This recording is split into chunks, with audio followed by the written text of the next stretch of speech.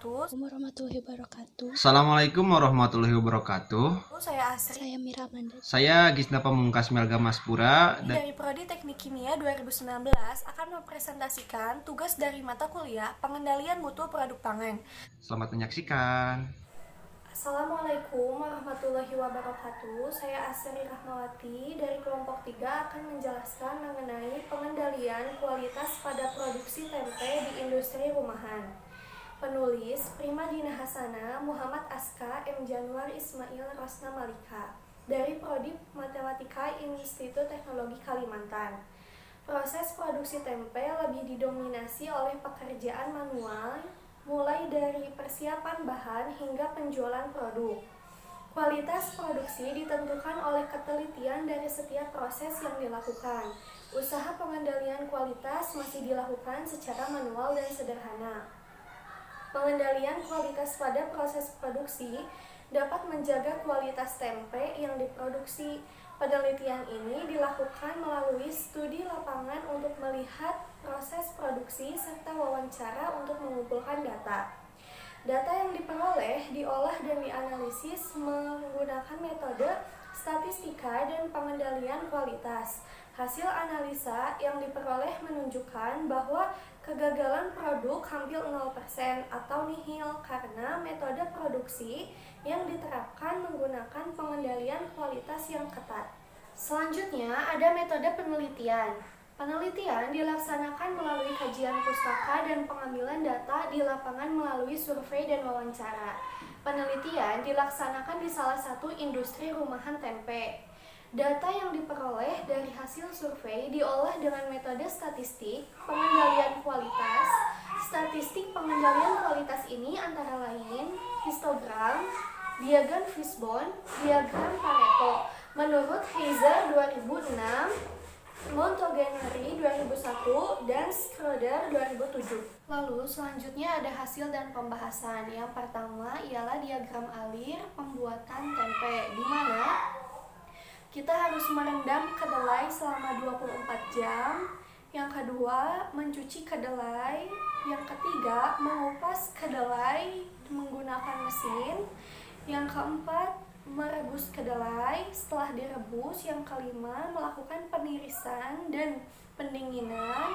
Lalu mencampurkan kedelai dengan ragi. Setelah itu melakukan pembungkusan menggunakan plastik ataupun daun selama 1 malam. Dan yang terakhir melakukan pemeraman tempe. Fermentasi dapat dikatakan gagal apabila 6 jam setelah peragian kedelai tidak terfermentasi. Apabila proses ini terjadi, maka seluruh produk tempe akan dibongkar dan selanjutnya kedelai akan dicuci ulang serta diberikan ragi yang baru. Faktor yang menyebabkan kegagalan fermentasi ini disebabkan pencucian kedelai yang kurang bersih. Lalu yang kedua ada Fishbone, faktor-faktor yang berpengaruh terhadap kegagalan produksi tempe. Nah, di mana Fishbone ini tuh menggambarkan mengenai faktor-faktor yang berpengaruh terhadap kegagalan produksi tempe. Di sini ada 4 faktor. Yang pertama yaitu ada bahan bakunya, di mana bahan bakunya itu mutunya tidak sesuai, kadaluarsa, dan ukurannya juga tidak sesuai. Yang kedua, alat dan mesinnya, di mana alat dan mesinnya ini rusak dan kebersihannya tidak terjaga. Terus yang ketiga adalah tenaga kerja atau karyawan, di mana dia tidak hati-hati dan tidak teliti. Dan yang keempat ada proses produksi. Di sini faktornya ada dari air bersihnya, dari listrik, dan dari cuaca, serta fermentasinya tidak optimal. Nah, keempat faktor ini yang membuat mutu tempe kurang baik. Apabila terdapat satu faktor yang menyebabkan kegagalan, maka seluruh produksi tempe pada hari itu dinyatakan gagal dan proses harus diulang dari awal. Tetapi biasanya probabilitas tempe gagal jual hampir 0% atau tidak ada, karena memang pemilik melakukan kontrol yang ketat terhadap proses produksi. Simpulannya adalah standar operasional prosedur produksi dan pengendalian kualitas diperlukan untuk mengembangkan sebuah usaha kecil menengah seperti industri rumahan tempe. Sistem manajemen yang sederhana juga perlu diterapkan untuk keberlangsungan usaha. Persaingan pasar dan globalisasi menuntut para pelaku bisnis untuk mengenal teknologi. Tidak terkecuali bisnis produksi tempe ini. Tempe yang tidak terfermentasi, jadi tempe yang tidak terfermentasi sempurna akan diproses ulang ke tahapan awal proses produksi tempe, sehingga mengakibatkan kegagalan produksi tempe pada industri rumahan tersebut hampir nihil atau tidak ada kegagalan. Warahmatullahi wabarakatuh. Nama saya Mira Amanda. Di sini akan membacakan jurnal analisis pengendalian kualitas produk tahu putih studi kasus pada home industry tahu kasih di Kabupaten Trenggalek. Pada penelitian ini bertujuan untuk menganalisis pengendalian mutu produk tahu putih pada home industry di Trenggalek. Penelitian ini menggunakan metode deskriptif dengan pendekatan kuantitatif. Hasil penelitian ini menunjukkan adanya 5 kerusakan produk tahu, yaitu bau, tekstur yang keras, tekstur yang lunak, terdapat kotoran dan salah potong, di mana yang paling dominan adalah jenis kerusakan yang teksturnya keras, yaitu sebanyak 54,17% dibandingkan dengan semua tahu yang lain. Kemudian untuk metode penelitiannya menggunakan metode deskriptif dengan pendekatan kuantitatif. Subjek penelitian yaitu home industry tahu kasih yang beralamat di RT 14 RW 04 Desa Bendo Agung, Kecamatan Kampak, Kabupaten Trenggalek. Sedangkan objek penelitiannya adalah proses produksi pembuatan tahu putih. Teknik pengumpulan data menggunakan wawancara ataupun observasi. Kemudian hasil dan pembahasan. Dari diketahui bahwa jenis kerusakan yang paling banyak terjadi adalah tekstur yang keras, yaitu sebanyak 935 biji tahu atau sebesar 54,17% dari total jenis kerusakan produk. Hal ini disebabkan oleh lamanya pengepresan. Tahu yang dipres terlalu lama akan mengeras dan tidak dapat dijual sehingga akan sangat merugikan. Di sini terlihat dari data persentase produk yang cacat, kemudian ada gambar histogram menurut jenis kerusakannya. Kemudian dari hasil wawancara dengan pemilik dan observasi di lantai produksi, penulis dapat mengidentifikasi penyebab kerusakan produk tersebut. Untuk masing-masing kerusakan seperti tampak di dalam diagram fishbone berikut. Yang pertama adalah jenis kerusakan tahu yang berbau. Seperti yang ditunjukkan pada diagram fishbone, produk tahu yang berbau disebabkan oleh bahan baku dan bahan tambahan. Bahan baku kedelai berkualitas buruk menyebabkan tahu menjadi berbau. Selain itu, bahan tambahan seperti kebersihan air dan cuka berkualitas buruk. Kemudian, tekstur yang keras. Penyebabnya, produk tahu bertekstur keras antara lain karena faktor pekerja dan metode pengolahannya. Pekerja yang kurang memperhatikan lamanya waktu pengepresan, semakin lama tahu dipres, maka teksturnya akan semakin keras. Perusahaan tidak memiliki standar waktu lamanya pengepresan, sehingga pekerja hanya menggunakan intuisi sebagai acuan. Kemudian teksturnya yang lembek, yang disebabkan karena faktor pekerja, mesin, dan metode yang digunakan dalam produksi tahu. Waktu pengepresan yang terlalu singkat dan kurangnya proses adukan menyebabkan tahu menjadi tekstur yang lembek. Kemudian terdapat kotoran yang merupakan jenis kerusakan produk yang sering terjadi. Hal ini disebabkan oleh faktor pekerja, material, dan peralatan, di mana cuka sebagai bahan tambahan sering terdapat kotoran. Pekerja yang kurang memperhatikan kebersihan peralatan yang digunakan saat proses produksi Misalnya saat proses penggilingan, mesin giling yang digunakan tidak dibersihkan terlebih dahulu, ataupun alat penyaring yang sobek sehingga kotoran yang tidak tersaring sempurna. Kemudian ada salah potong yang disebabkan juga karena pekerja yang tidak fokus pada saat proses pemotongan tahu. Ketika sedang bekerja seringkali dilakukan sambil mengobrol ataupun bercanda dengan sesama pekerja, sehingga sering terjadi kesalahan saat pemotongan tahu. Kemudian terdapat saran dari hasil perhitungan di atas, jenis kerusakan yang paling dominan adalah tekstur tahu yang keras. Pada peta kendali P dapat disimpulkan bahwa 10 pengamatan terdapat 8 data yang di luar batas kendali. Hal ini berdampak besar untuk kelangsungan produksi tahu tersebut karena kerusakan produk menyebabkan kerugian. Penetapan standar kualitas bahan baku dan bahan tambahan juga sangat penting sebagai penentu hasil produksi tahu. Apabila kualitas bahan baku dan bahan tambahan buruk, maka kualitas tahu juga akan menurun dan sangat berdampak pada permintaan pelanggan. Assalamualaikum warahmatullahi wabarakatuh. Perkenalkan, nama saya Gisner Pamungkas Melga Maspura dari Prodi Teknik Kimia. Di sini pada video kali ini saya akan menjelaskan tentang jurnal, yaitu peningkatan kualitas produk roti manis pada PT Indo Roti Prima Cemerlang Jember berdasarkan metode statistical process, control, dan failure mode and effect analysis yang dibuat oleh Elisa Mardia. Oke, yang pertama adalah pendahuluan di sisi abstrak.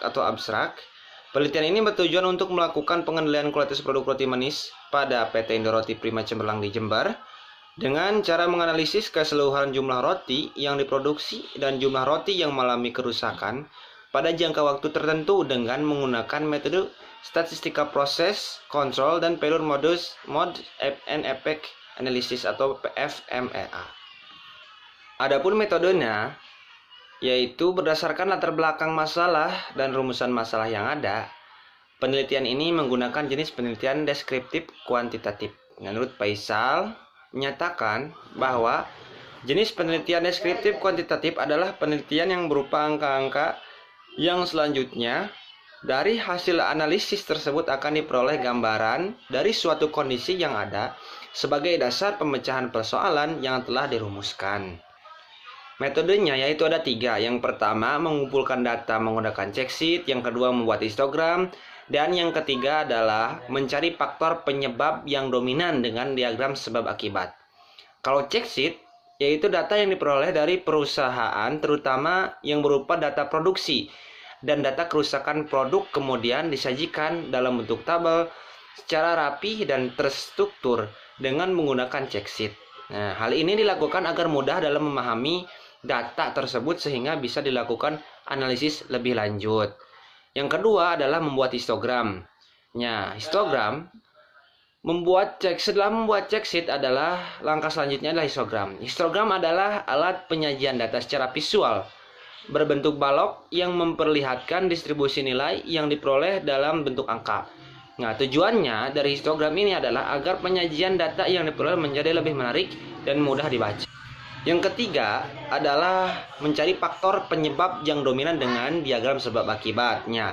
Setelah diketahui masalah utama yang paling dominan, maka dilakukan analisa faktor penyebab kerusakan produk dengan menggunakan fishbone diagram, sehingga dapat menganalisis faktor-faktor apa saja yang menjadi penyebab kerusakan produk.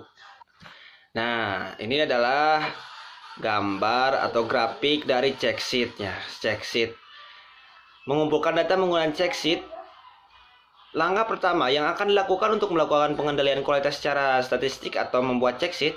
Check sheet berguna untuk mempermudah proses berdasarkan frekuensi dari jenis atau penyebab serta mengambil keputusan untuk melakukan perbaikan atau tidak. Adapun data yang masuk dalam tabel check sheet adalah seperti di bawah ini. Nah, berdasarkan hasil check sheet diketahui bahwa jumlah produk roti manis yang dijadikan sampel penelitian mulai tanggal 18 Maret sampai dengan April 2017 sebanyak 27.000 PCS dengan jumlah roti yang mengalami kerusakan sebanyak 642. Dengan rincian jumlah roti yang rusak karena penyok sebanyak 89, roti yang kotor sebanyak 40, roti yang kempes sebanyak 143, yang isi keluar atau rotinya bocor sebanyak 36, dan terpotong sebanyak 334. Itu dari data check sheet yang ada di atas.